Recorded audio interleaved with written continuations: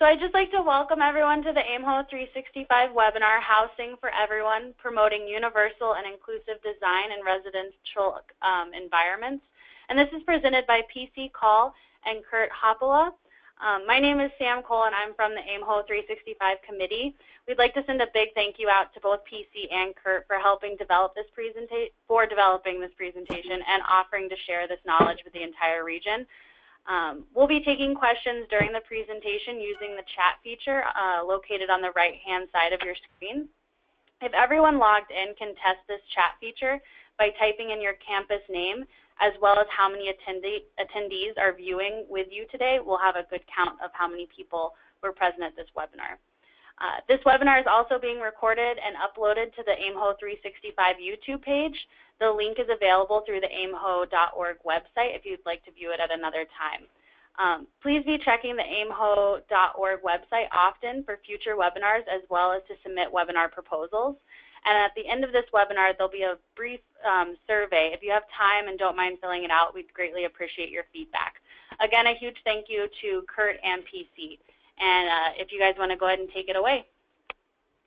All right. Well, thank you so much. We're excited to be here today for it looks like 3 people who have joined. Thank you all very much. We'll try to make this an entertaining time for everybody. But just to get things rolling, my name is Patrick PC Call. I work at the University of Denver, and my presenting partner. My name is Kurt Hoppola, and I'm an architect with Malum Architects, and we're in the Pacific Northwest. Happy to be here. All right. Do you want to move along? I think that's, Kurt, I think I'll pass to you.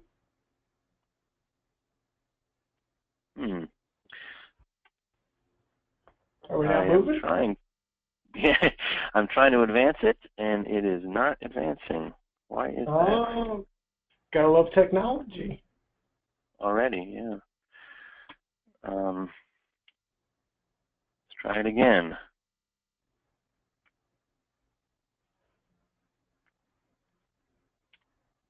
There we go. Oh, outstanding. Well, this is our agenda that we're going to talk about today, talking a little bit about the laws that inform design, talk about some concepts and some strategies, some lessons learned, talk about some avoiding common mistakes in operational or the design end. We've got a little game, and then we'll have some Q&A at the end if anybody has any. Again, like we said, just some more introductions. My name is PC. I serve as the Executive Director of Housing and Residential Education at the University of Denver. I've been in student housing for over 27 years now. I know this was last year. Been a variety of things all the way from an RA to a grad to an RD, all the way up to Executive Director now. I've been able to be part of building over 3,500 beds on multiple different campuses, both things that we funded and we designed to the public-private partnership, the P3, that I was involved with. So I've run the spectrum on both sides. I've had the majority of my career have been at public institutions, but now at the University of Denver, I've been able to see the private side of the world as well. Yeah, and for my part, I'm a partner with Malum Architects. We have locations in both Portland and Seattle, and I have been dedicating my career to student communities and posting a few more beds to my name, but then again, that's what I do for a living is design and build. But we've had great collaborations with a number of wonderful institutions, many of your peers, as well as spending some time with PC up in Wyoming, and we'll explain that in a little bit. All right. Just to give you an idea of where we're coming from, the University of Denver, we're located on the southwest side of Denver. It's an interesting institution in that we have more graduate students than undergraduate students. About 6,000 undergrads, about 6,500 grads, so it makes a nice population. we do, because of particularly of our undergraduate population, we require first and second year students to live on campus. So, and that's honestly a challenge based on our space needs. Our board of trustees just recently approved a build of 500 more beds in the next 3 to 5 years. So that's an exciting endeavor here. I think just some of the pieces we have in our residence halls that we have on campus, we have some that are mid-century buildings, built in the 50s and 60s. Some that were built about 12 years ago, 10, 12 years ago, and then again we're going to be adding some new. Like I said, Denver is a private institution. We've just celebrated our 150th anniversary here very shortly. So there's a lot of fun things going on here at DU. Yeah, and our practice has really been focused in on the student experience and really focusing on creating healthy and enduring communities, raising the level of equity, raising the level of access to wellness to support the students' lives and their futures together. This is just a snapshot of some of our clients that we've worked with, and again, PC and I came together a few years ago to envision a new residential environment for the University of Wyoming, very, very bold master plan to transform all 2,000 beds in their dining facility. It was very exciting and project to work on with PC, and we've stayed together and have created a few presentations that we are thrilled to share. Yeah. So one of the things that we want to just kind of lay the background of what we were talking about is really understanding the laws and the codes and some of those things that have really gone into setting the stage and the foundation for where you are. So these are the pieces that we're going to talk about. Kurt, if you want to go ahead and move forward. The first one is the Uniform Federal Accessibility Standards, kind of the very beginning that really started to look at, particularly that anybody was using any federal funds, and it really started to look at facilities that were designed and built and really began I would say the early footings of what you'll see later when we talk about the ADA, but it really started to get into housing facilities and just buildings in general. And it was interesting at the very beginning, the federal buildings that talked about post office, Social Security offices, courthouses, prisons, national parks, and then it kind of moves into public housing, into mass transit. And there were 4 agencies very early on that adopted these. It was General Services Administration, the GSA, the Department of Defense, DOD, USPS, the U.S. Postal Service, not University, United States, and HUD, or the Housing and Urban Development.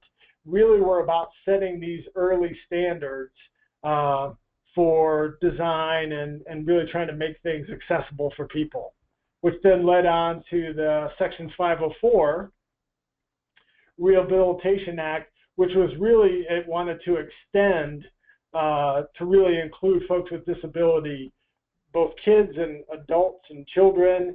And one of the interesting pieces at the time, each federal agency had its own kind of set of rules that they could set up, but a lot of it really was intended for public and private. And again, it's tied to federal money.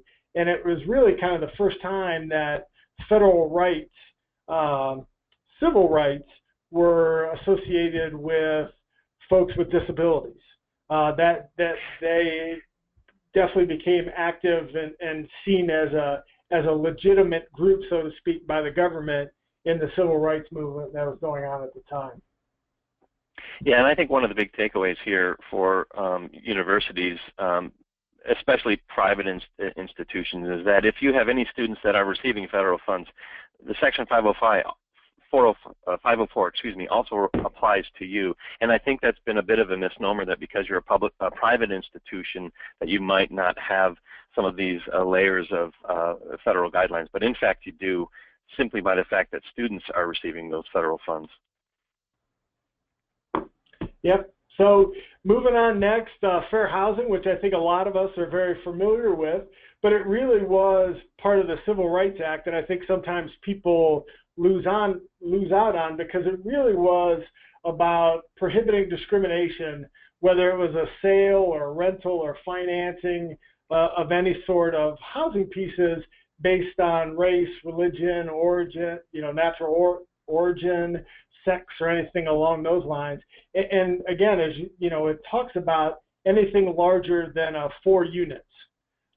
Most of us within student housing, where this really hits us, is that other than a few private houses that some institutions might manage, most of us have larger complexes of 4 or more units. So again, fair housing applied. I think most of us have definitely, have seen fair housing kind of play out more recently in the emergence of emotional support animals and some of those pieces that are really more tied to housing than with ADA. But this is a very landmark case, and again, fair housing is currently enforced through the Housing and Urban Development branch of the government.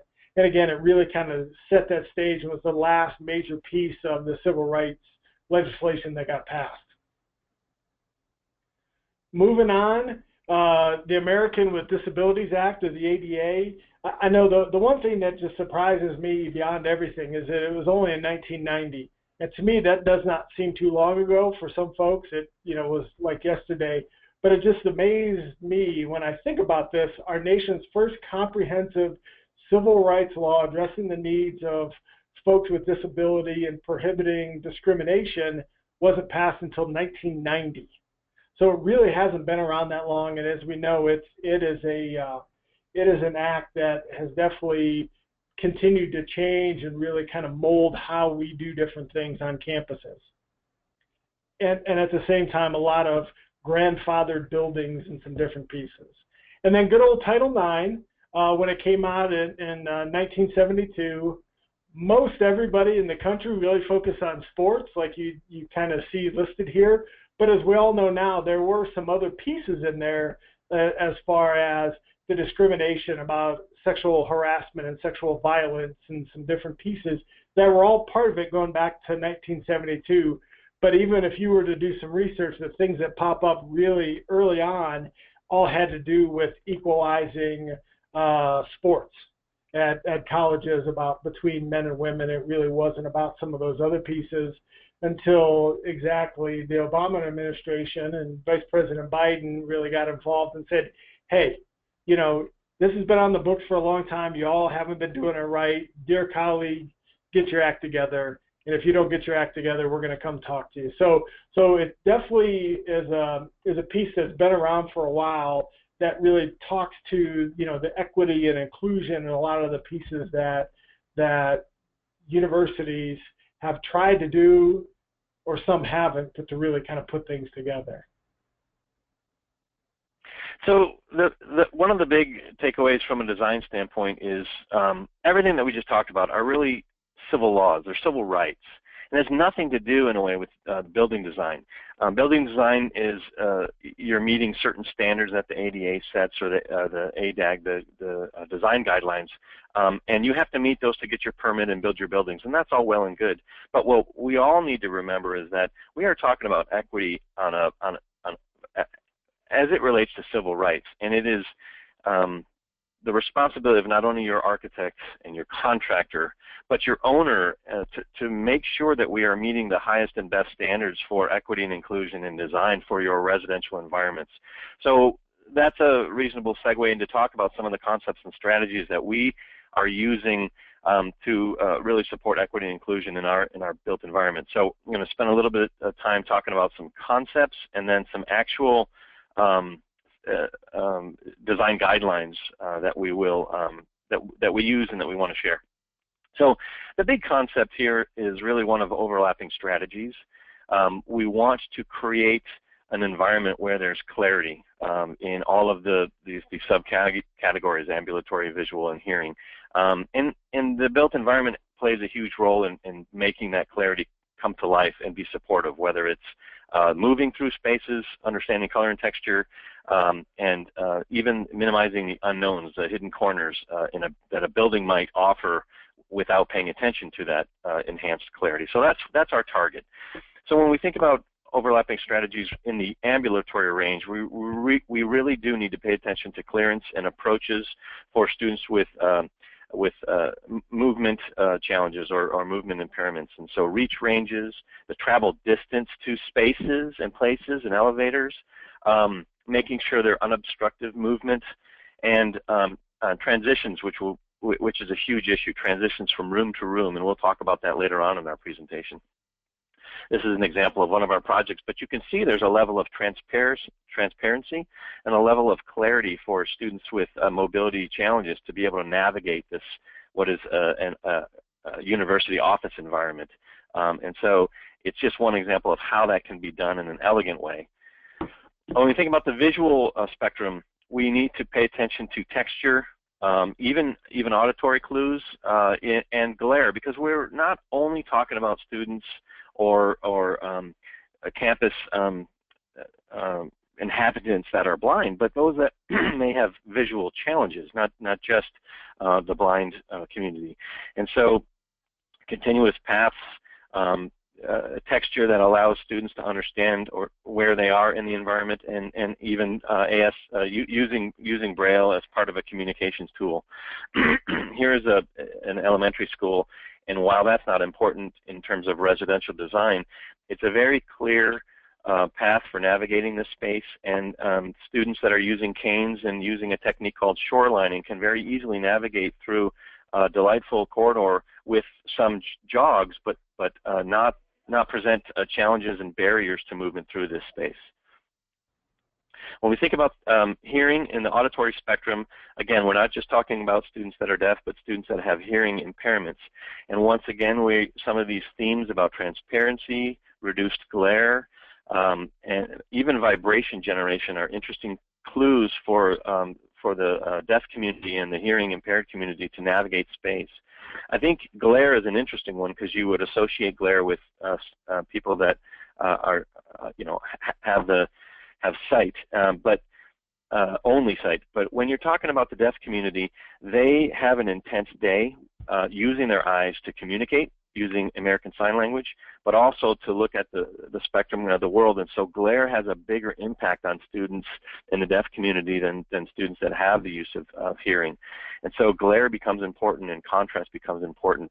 Transparency becomes important as well, because we take for granted the fact that we can hear around corners, that we can hear what's happening in blind corners. And so transparency and porosity in sharing the different spaces that a student can engage in will help in navigation and confidence and moving through the space.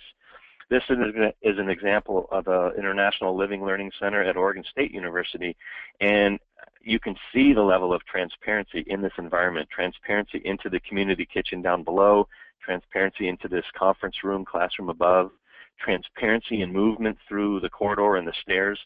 So it's very important that you can have confidence in navigating this space through that one simple concept of transparency. On the cognitive side of things, we pay attention to students that might be on the autism spectrum, students that just have emotional or cognitive challenges. And so we try and provide spaces in the residential community to gain comfort and confidence in interacting in that environment. So the concept of being away and to unplug from the environment is very important. A comfortable space to maybe get away from the day with whatever struggles may have happened that day. Understandable flow goes again to that intuitive movement through space, that you can anticipate where you're going, that there aren't blind corners, that there aren't confusion moving down a corridor space. Spaces that can hold your attention. Oftentimes it's just a beautiful view. As you can see in the kind of the lower screen, there's just a beautiful landscape view outside that one could use as contemplative space. And then compatibility of function, just spaces that make sense. I'm moving into a community kitchen, I'm moving into a lounge, that the color, the appointment of furniture, the use of space is intuitive. So a hearth is a good example of a place where you really can just curl up and unplug, whether you've had a good or bad day. There's a place to center oneself and plug in or unplug, depending on your predisposition towards mobile technology. I mentioned autism earlier. It's a very specific design strategy. To the big one here, the big takeaway is acoustical sensitivity, material durability, and visual clutter. I think is very important. The reduction of visual clutter. We all get a sense of heightened anxiety if we're in a place that's messy or chaotic, and that's if we feel that, you can imagine what students that might be on the autism spectrum can feel. And so, really giving them the tools and the spaces to control their environment, to be able to navigate and feel at peace. So again, a small place to unplug that is clean, that is lacks the visual clutter is very important. Support animals. PC mentioned that earlier. We are now struggling in the support of students with comfort and support animals, and the codes, the ADA guidelines provide some minimum requirements, but it's a bigger issue than that. It's one of really supporting the unique needs of that student and the unique needs of that student's care animal. So we're seeing this more and more in our residential design in addressing it. And so as we think about strategies, let me back up, sorry. We think about strategies, it's exterior environments that are fair and equitable to students on campus, as well as interior spaces and animal care stations, so that you can care for your animal, clean them without that becoming a burden to the operations of the residence hall or damaging to the plumbing fixtures, getting faucets and sinks and drains all clogged up. It's a very functional response, but in fact, it's going to support that student's holistic experience in the residential environment. This is just a funny anecdote. And sometimes the introduction of our care animals can create different navigation and operations. So this is at Lewis and Clark College. There's a missing snake here, and right next to this residence hall is another sign on a different residence hall that suggested, well, don't let your cat out until we have this other issue resolved. So those are both comfort animals, likely, and so how do we navigate that kind of new environment that we find ourselves in? So the other big concept I wanted to drive home is this this issue of equity. We all believe in equality and sameness, but that doesn't always give all of us the tools to succeed and thrive in our residential environment. So we really strive for equity and providing nuanced spaces for all students to enjoy this residential experience that we're trying to create. Moving into other concepts, gender equity, we are having those discussions more and more, how to support students that don't simply identify with the typical gender variants. And so we're dealing around issues of perceptions, safety and security, privacy, and even some issues around plumbing and accessibility implications. So by way of a case study, I wanted to share with you one of our new residential learning centers at the University of Oregon. It's going to be open this fall. It's a 500-bed facility, and equity was at the center of the design concepts here. And this is what you're seeing now is the ground floor plan, and I want to key into the area that's in blue. This is the academic learning commons. It's got maker hacker spaces and faculty offices and a community kitchen and a lecture hall. It's got a lot of engaging spaces. And at the center, right at the front door actually, is our gender-inclusive bathroom configuration. And it was very important that we celebrated this notion of equity in the design. So what we have in this is called an axiometric view. You have a bathroom scenario with no doors leading into it. It's an open and inviting space. The lavatories or the sinks where you wash your hands and take care of yourself is open and you can navigate through and around it. But the toileting is completely secured and private with real walls and real doors, not partitions, so that we have raised the level of privacy for everyone. We haven't isolated or singled out students of a different gender identity. We've said in this design that we enhance everyone's experience by raising the level of privacy simply. And that's really where we drive to. When we think about cultural equity, there are nuances that students from around the globe need in their daily lives to thrive and really feel connected in their residential community. And that goes to religion, it goes to food, expression of food, but it also goes to different cultures and a sense of a culture shock when they're engaging in these new environments in America. And so it's important to provide spaces for students to hang out and have passive encounters as well as active encounters. This is another example at the International Live Learn Center. This is certainly a game environment, but it's exposed to the corridor so that students that are simply walking through here can have opportunities to make more serendipitous encounters and say hello, make eye contact, recognize that this student that's playing pool is actually in your class and maybe you guys should get together because you have the same assignment. And it's just providing these opportunities of engagement. This is a classroom in that same facility. We've created these transparent movable walls to flex that space to allow classrooms to bleed into lounges, to bleed into community kitchens, so this becomes more of a melting pot so that all students can interact in a variety of different ways, whether it's educationally or socially. And the community kitchens and the markets that support fresh produce and spices from around the planet give students the ability to break bread and share their culture through food, share experiences, share conversations. And I really appreciate the fact that there's a young woman here studying as well as they're preparing some meal to celebrate with their own community. So shifting from concepts to actual strategies, universal design is something you may have heard of. It has been around for quite a while, but it speaks to this notion of equity. We are designing for the universal audience, for everyone. And there are 7 principles that we do look at, and they're listed here. There's a graphic that was produced that better helps explain this notion of equitable use, low physical effort, size and space for approaches, simple and intuitive use. These are themes and words I've been using already in this presentation, but it gets at this notion of designing for everyone. I wanted to show a couple images here. This is Karen Breitmeyer, the woman in the picture. She is an architect in Seattle. She is a accessibility consultant. So she walks a mile in these shoes of equity and accessibility. And she's a big wheel, and those are her words, not mine. She was on President Obama's Access Council, and so she has been at the national stage speaking about equity and access. This is her own home.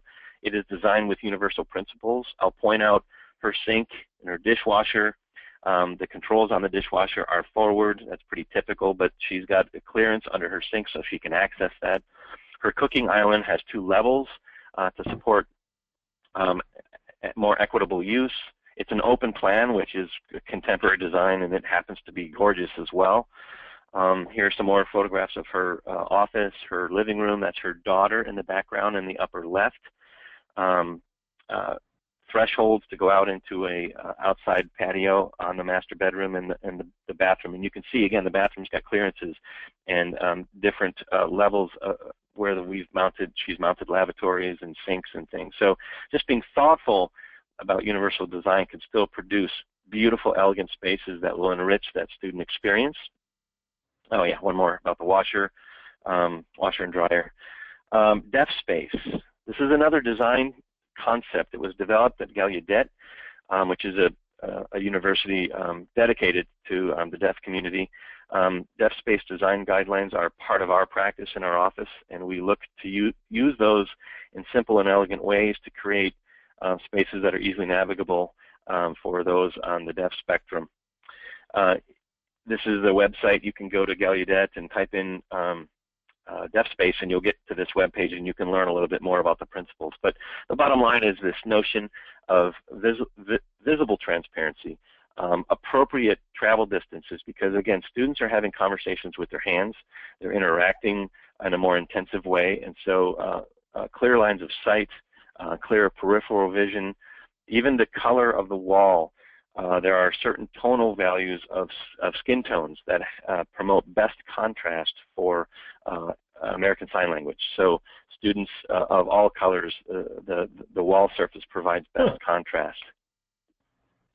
A few more images of the relatively recent residence hall that was designed there, and you can see these concepts of transparency.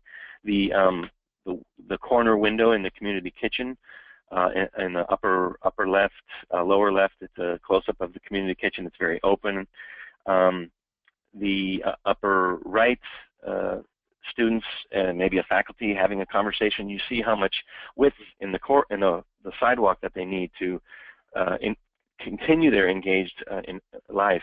And then lower right, a very large audience. This is a tiered lounge space that provides good lines of sight to whatever lecture, whatever concert, whatever movie night might be going on in this environment. So it's just thoughtful design strategies to enhance access and a truly welcoming environment.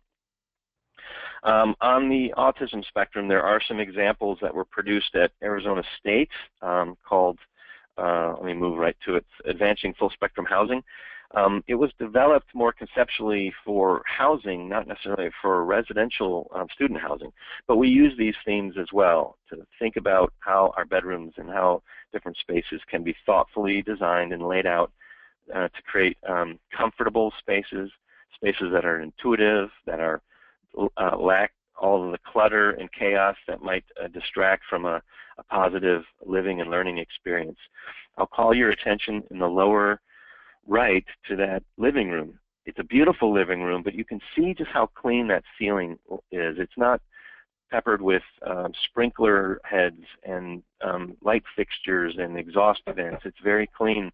And the TV wall, Caseworks with doors just help to reduce that clutter. So it's a very clean environment. And that's very important for students that might need a little bit more assistance to kind of control their interaction in the built environment. So just threw a lot at you. I really appreciate that one.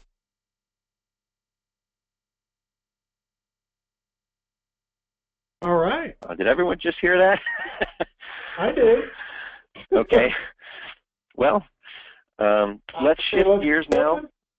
Go ahead and keep going. We have it recorded, so if for some reason the beginning of it wasn't working, we'll have it available for all attendees to catch the beginning part. Okay.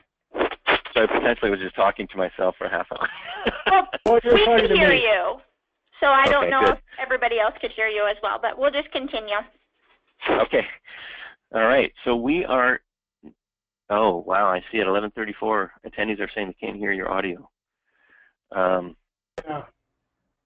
Oh, sounds like a big miss. That's unfortunate. That does. So, moving right along. So we have identified sort of the top 10 design and operational challenges that we wanted to share. So this was under the heading of avoiding common mistakes, and I think I'm turning this over to, nope, I'm going to stay with it. I'm going to talk about the design challenges, and then PC is going to follow up with some of the operational challenges. On the design side, one of the big obvious areas of focus is the bathroom environment, bathroom and shower configurations. This is a highly technical space with a lot of requirements, minimum requirements, but there are also a lot of best practices requirements that we want to embed in this environment so it's equitable, easy to use, intuitive, and gives you the space to navigate whether you have mobility impairments, whether you have a caregiver, anything like that. And so we really have to pay attention to door swings, to clearances in front of sinks and toilets and showers, reach ranges for towels, for toilet accessories, for light switches, for window operation, for shower wands. All these things we have to pay attention to. Another big design challenge are thresholds and changes between spaces and the thresholds at doors. And you can see this photograph of someone in a wheelchair kind of moving through space may in fact illustrate just how challenging navigating spaces can be. To the right, having a handicap door button is actually not a requirement, it's a convenience. But what if you don't have complete use of your hands or your arms? Those little bump pads that are ubiquitous all over our college campuses only serve those that maybe have full use of their arms and hands. So this one in particular is a linear bump, so you can roll up to it and bump it with your foot pedal and have that door open. So it's even in some of the products that we can specify can raise the level of access in very simple ways. As I mentioned, thresholds can be challenging from inside to outside, from bathroom to kitchen, or bedroom to corridor, or whatever. If they don't meet minimum requirements, it's very hard to roll or navigate over if you have mobility impairments. Slopes and cross slopes. This is a bit of a hard concept. It's best illustrated if you actually get in a wheelchair and try and roll forward on a sidewalk that's got an extreme cross slope, because gravity wants to sort of throw you into the gutter, and this top graphic sort of suggests that. And so you have to sort of work your wheels in two different ways to control it. It's very hard. And so cross slopes we pay close attention to and really make them as flat as possible while still shedding water appropriately, so we don't have ice buildup on sidewalks and create additional hazards for everyone. But it's a very difficult to get right in when you're pouring concrete, because any given day the temperature of the environment, the pH level of the concrete, the actual mix of the concrete can have an impact on the quality of the concrete when it finally hardens. Diving into the weeds a little bit, but concrete is a big deal. And then reach ranges. I think we intuitively know we need to put light switches in the proper places, but what about power outlets? What about USB and data ports? What about windows? A lot of times a window is installed, but the control of the window is too high, and no one thought about that. That just helps people feel confident in the environment because they can alter and control the environment, so we pay attention to those. And I just mentioned data and electrical switches. We pay attention to their position within the residence hall and the bedroom, because when you move furniture around and desks around and wardrobes around, you might block access to them, and it becomes frustrating for students with mobility impairments, let alone your typical ambulatory student that is trying to create a fun environment, and by so doing they've lost access to the basic outlets for your iPads and alarm clocks. So shifting to operational challenges, PC is going to pick the ball up here. Woohoo! How exciting. Everyone, sorry we had a technical glitch there of sound, but it sounds like everyone can hear us again. So, well, like I said, sorry, we apologize for that. But operational challenges, there's really kind of the 5 things that we want to talk about. One is floor materials and transition between spaces. It really is, you got to think about those. I mean, we're going into the season where not as much rain, or should I say not as much snow, particularly in our colder climates, for some of the folks who look like who were here from Regis or UNC or DU.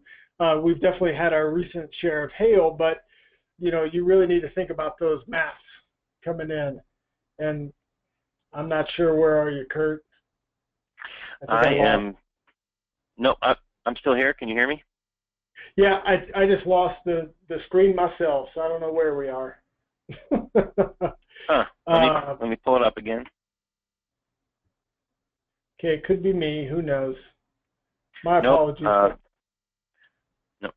Okay, there we go. We're advancing now.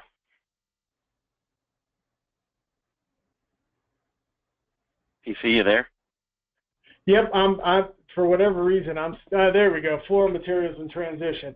I know a lot of times we'll throw out those walk-off rugs or different things because of weather, and it really creates a trip hazard in a variety of different ways. And a lot of times everything might be designed right, but us operational folks want to make it a little bit nicer or a variety of things, and we create problems. And some of the transition, I think these are 2 great examples of, particularly when the carpet starts to get worn, and kind of where the carpet meets the tile becomes that trip hazard, because there isn't a nice smooth transition where you see on the right between the carpet and the wood,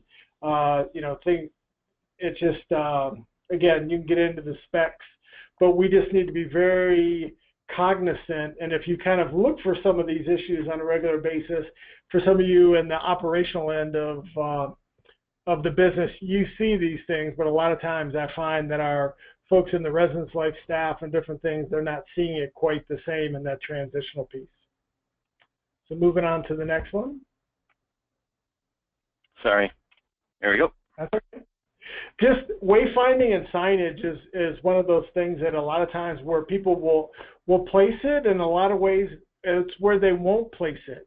I know even on my campus, I'll go around, I'll see a lot of the wayfinding and signage either does not have Braille, is located in the wrong place, and it really is set for a very small minority of people to be able to see it. You know, there are definitely a variety of different ways that we need to make sure that we're directing people in the right way. I know, and some of the institutions I've worked at is we would put wayfinding signs up at openings so people would be able to get around, but then we would take them down and then folks would become lost again. So just really think about that signage, and when you do put that signage up, make sure it's in the right location and done the right way.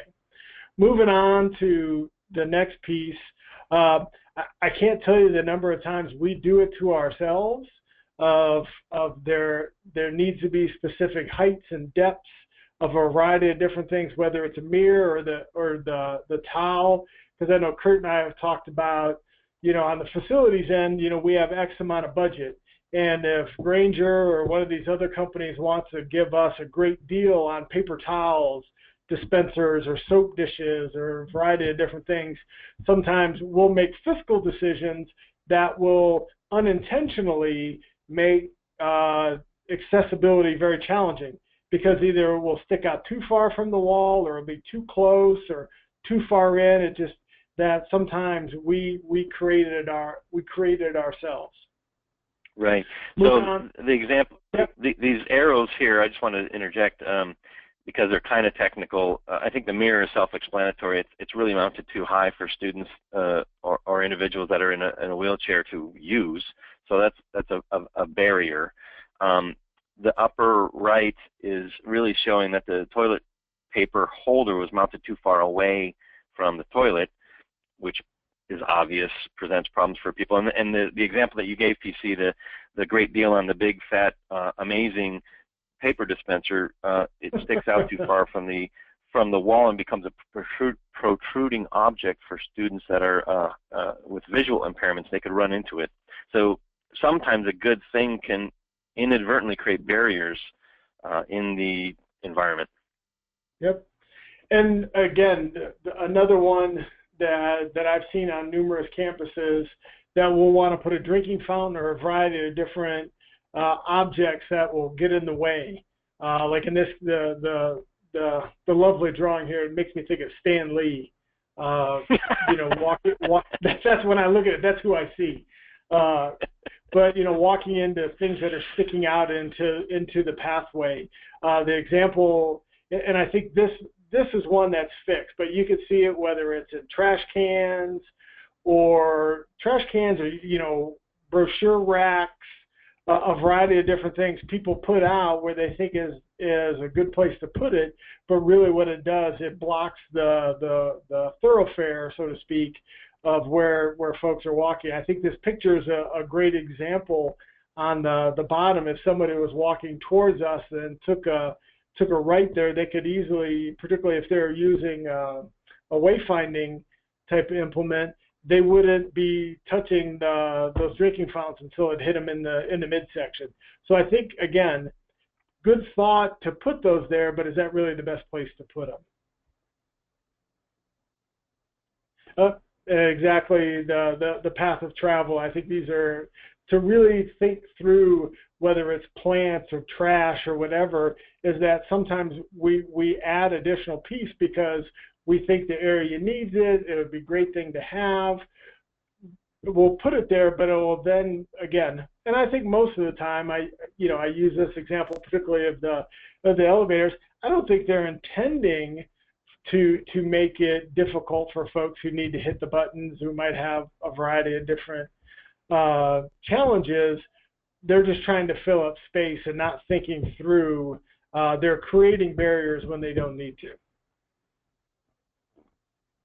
And then some of the furniture that we have to make sure that particularly that wheelchair users and particularly have the ability to to, in some cases, wheel right up and not be, I know a lot of times they'll make specifically designed park benches or different things, so folks will be able to wheel right up and to be able to sit with their colleagues at the same table. A lot of times there'll be barriers that, whether it's the poles or different things, that don't allow folks to come up and really have that interchange. So I think you just need to think about that.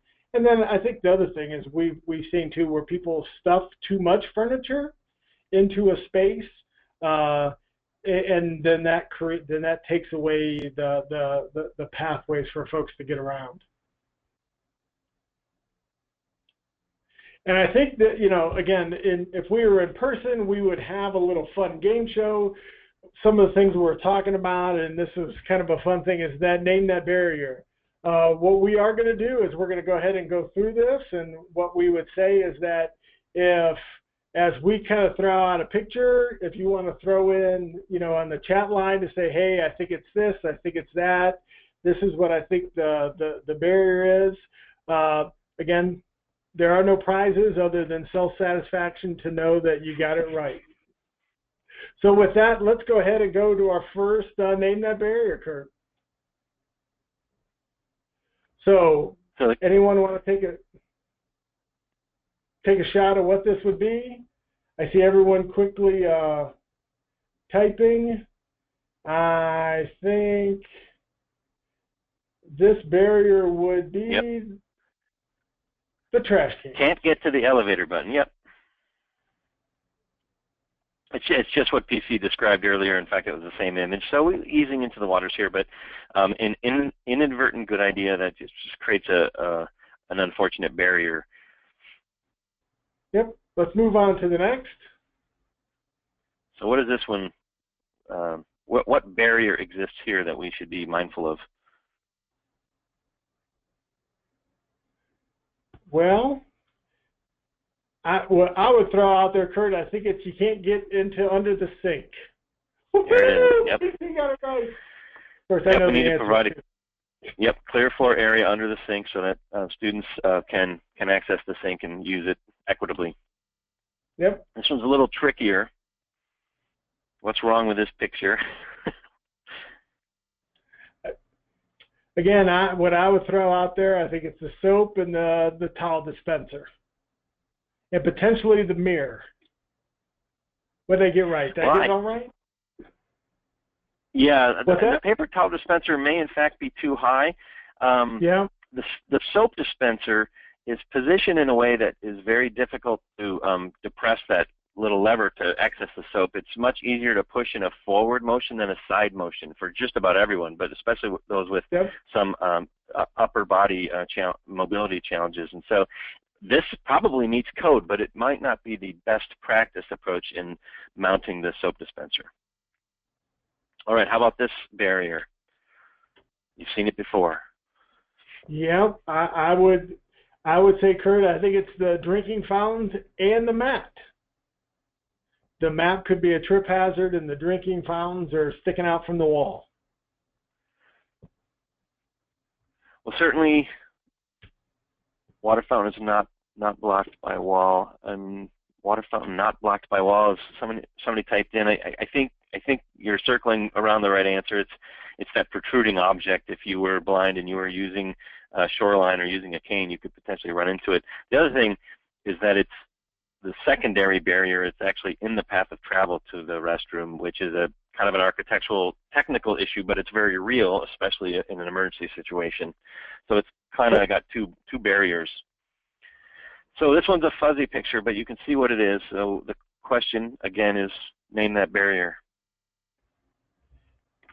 I see our treasurer is actively involved, responding, so I don't want to give it away. This is always a tricky one for folks when we've done this before. Yeah. Well, seeing none, I'm sure there'll be a good answer coming in, but there are products that are put on these counters that block access to use and the exchange with the patrons and the employees. And even though this one's mounted lower, it's just full of crap. You can't really use the counter. So being mindful of certainly the owner or the cafe or the restaurant is trying to promote their products, but in so doing, they're creating a barrier to access. This one's near and dear to PC's heart. This is on your own campus at DU. What is the barrier that we see here? Mere steps away from my office. Okay, signage too high is what was typed in. It's not what we're looking for. It's probably mounted correctly. Yep. This one's a little tricky. Let's just move forward. As you're walking down this corridor, you might not know that there are restrooms around the corner because there wasn't really strong wayfinding signage. And that's not a code requirement. That's just, again, trying to raise the level of equity by promoting positive and clear wayfinding. And that's why a lot of times we talk about wanting to go beyond the code. Right. And even gender binary restrooms are code compliant, but should we be thinking more about a different way, open and inviting gender inclusive restrooms, but again, not a code mandate, but a best practice. So how about this barrier? What are people seeing?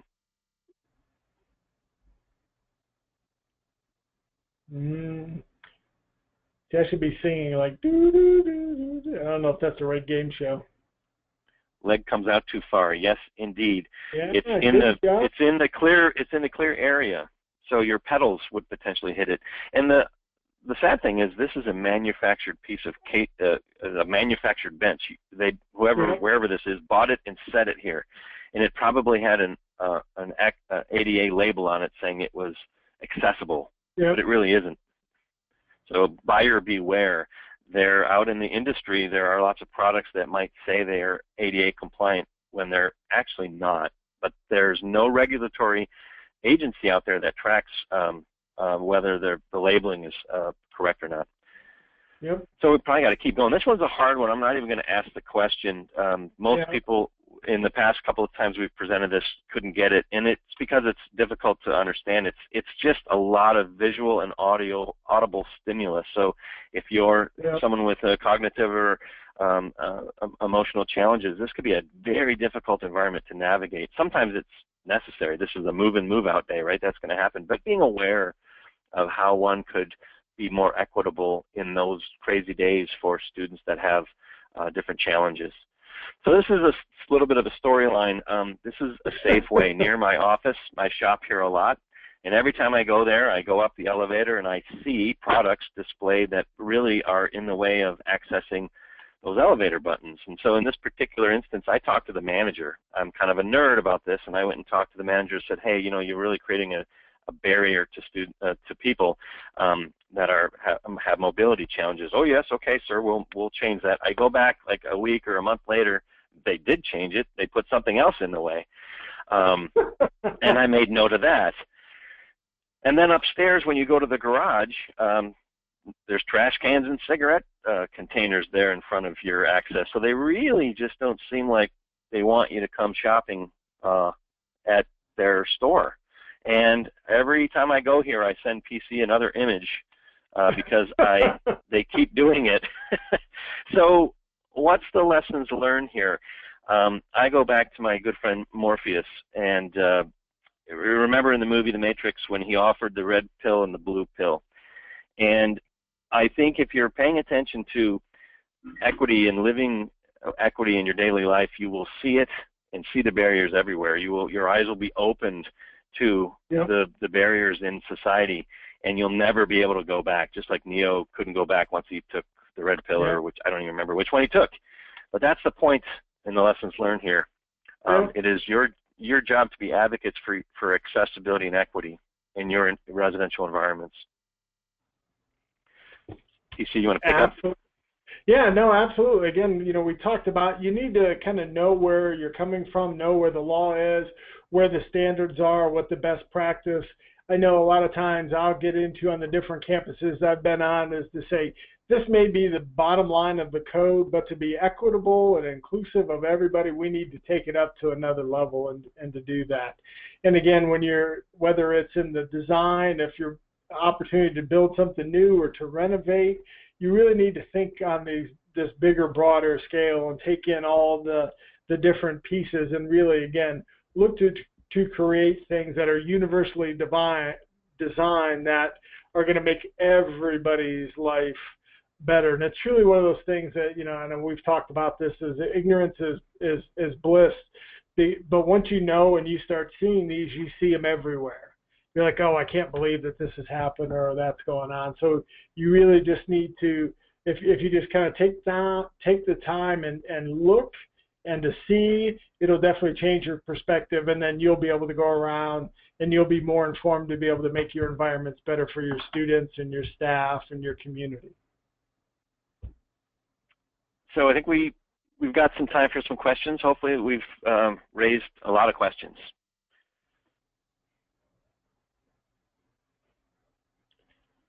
And this is where I hear crickets. Well, all right. We're going to have to read the questions.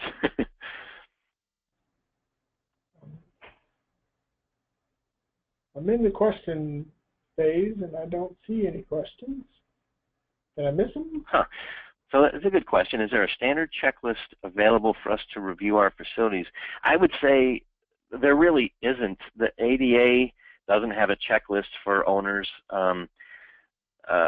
but that would be a great task on your campus. I would imagine that most of the campuses that I've called in have some kind of committee or department that is charged with raising the level of access, and that would be a great offering for them to create that checklist. I mean, Malum, as a design firm, we've got a checklist. We have, it's not an actual checklist, but we are paying attention to so many aspects that we've created standards in our drawings that help us manage the minimum, and then we look to the sort of going to the best practices, going beyond. I will say another thing you could do is to go back to the Deaf Space Guidelines, type in Gallaudet, talk to Hensel Baumann, learn about those principles of universal design, learn about the principles of designing for autism, and in a lot of ways that's some of your checklist that you can start to advocate. Yeah. But I would, again, turn to your on-campus resources, those experts on campus that are charged with paying attention to these issues, and ask them for a checklist, and if they don't have one, advocate that they create one. Yeah, and even if you just used our top 10 list as a baseline to go out and walk through your facilities and to look in the student rooms and the common areas and some of that would give you a rough idea. Again, if you're folks on campus, I know on our campus we're trying to figure out who is our ADA officer and who should make those decisions and who that is, and trying to sort that out. And we've kind of within housing have taken it upon ourselves to say, okay, we're going to set our own standard. We're going to come up with, this is what we want to have. And again, by looking through our facilities and taking some of the things we talked about today, that we've taken that step forward, so to speak. I do see we're about at time too. Any other questions?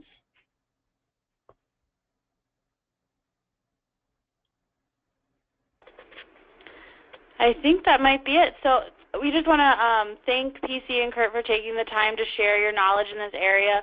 The association appreciates what you do for our members. As a reminder, this webinar was recorded and will be posted on the AIMHO 365 YouTube page. The link is available through the aimho.org website for future review. Make sure to be on the lookout for our future webinars by checking the AIMHO 365 page on the AIMHO website. And please take a few moments to complete the survey that will appear on your screen in a few moments after we close the presentation. Again, a big thank you to you from the region, PC and Kurt, for this presentation today, and I hope everyone has a great day. Thank you. The more we can share this knowledge and raise everyone's level, the better we'll all be. So I'd love to do it again. Sounds good. Thank you very much. Everybody have a great day. Bye-bye. Thanks, Kurt. Thanks.